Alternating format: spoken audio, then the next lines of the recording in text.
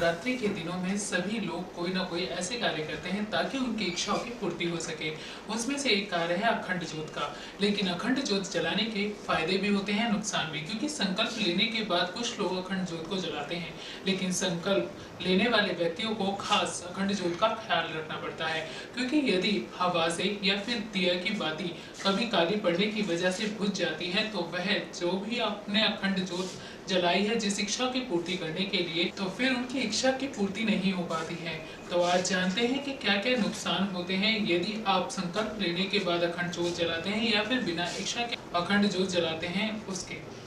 आप सभी जानते हैं कि नवरात्रि के दिनों में सभी लोग अपने घर पर माता के नाम के एक अखंड ज्योत जलाते हैं, और अखंड ज्योत ऐसी जलाते हैं कि वह या तो वे तेल की जलाते हैं या फिर घी, और श्रद्धा के अनुसार रखते हैं। लेकिन उसका खास ख्याल रखना पड़ता है, जब तक अखंड ज्योत जल रही है तो उसके पास कोई ना कोई व्यक्ति रहना जरूरी है। यदि आपको कोई आवश्यक कार्य है तो आप किसी और को बिठाकर आप उसे छोड़कर जा सकती हैं, लेकिन आप बिल्कुल भी उसे अकेला नहीं छोड़ सकती। यदि आपको इमरजेंसी है या फिर आपको जाना जरूरी है तो आप किसी न किसी को बोलकर जरूर जाएं कि आपको अखंड ज्योत का खास ख्याल रखना है और यह अखंड ज्योत बुझनी नहीं चाहिए। आप ये भी देखिए कि अखंड ज्योत चलते समय उसका खास ख्याल ये भी रखना पड़ता है कि खिड़कियों और दरवाजों का भी खास ख्याल रखें। हवा चल रही हो तो खिड़की दरवाजे बिल्कुल बंद रखें। यदि हवा से अखंड ज्योत बुझ जाती है तो वह भी अपशकुन माना जाता है, यानी कि इच्छा के लिए जिस पूर्ति के लिए आपने अखंड ज्योत जलाई है वह पूर्ति नहीं हो पाती है। तो आप अखंड ज्योत जलाते समय इस बात का खास ख्याल रखें। आप अखंड ज्योत जला रहे हैं तो अखंड ज्योत जलाते समय या तो उसके ऊपर कांच के गिलास या फिर कांच का कोई ऐसा पात्र रख दें जिसमें से लो के ऊपर से तो खुला हो लेकिन आसपास से वो ढका रहे, ताकि हवा आने पर या कोई भी ऐसी चीज आने की वजह से बुझने की शंका होती है तो वह बुझे ना और हमेशा जलता रहे। अखंड ज्योत जलाने का मतलब यह भी होता है कि आपको हमेशा अखंड ज्योत के पास ही रहना है, माता का नाम जपते रहिए और सारे काम करते रहिए। 9 दिनों के अखंड ज्योत जब भी आप जलाएं तो उसे इच्छा पूर्ति के लिए तो जलाते हैं, लेकिन आप अपनी अखंड ज्योत का खास ख्याल रखते रहें।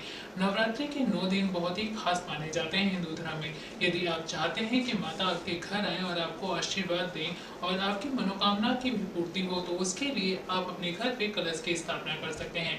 कलश की स्थापना करते वक्त उसके ऊपर स्वास्तिक बनाएं और स्वास्तिक बनाने के बाद उसमें जल भर दें, और जल भरने के बाद उसमें गंगा जल की कुछ बूंदें डाल दें और नारियल पे कलावा बांधकर उसे उसके ऊपर रख दें। ऐसा करने से उसे हमेशा जब तक रखा रहने दें जब तक कि नवरात्रि की 9वां दिन यानी कि नवदशमी नहीं आ जाती है।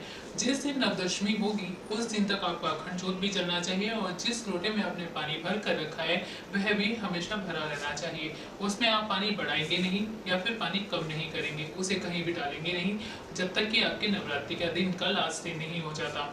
जिस दिन नवरात्रि की दशमी होगी उस दिन नारियल को फोड़कर प्रसाद के रूप में सभी को वितरित करें, और अखंड ज्योत पे यदि तेल है तो उसे कभी भी फूंक मार के या फिर कैसे भी ना बुझाएं। जब तक उसमें तेल रहेगा या फिर घी आपने जो भी डाला है वह उसे हमेशा डले रहने दें, और उसके बाद जब तक दीपक जल रहा है नवरात्रि की नवदशमी तक तब तक उसे जलने ही दें।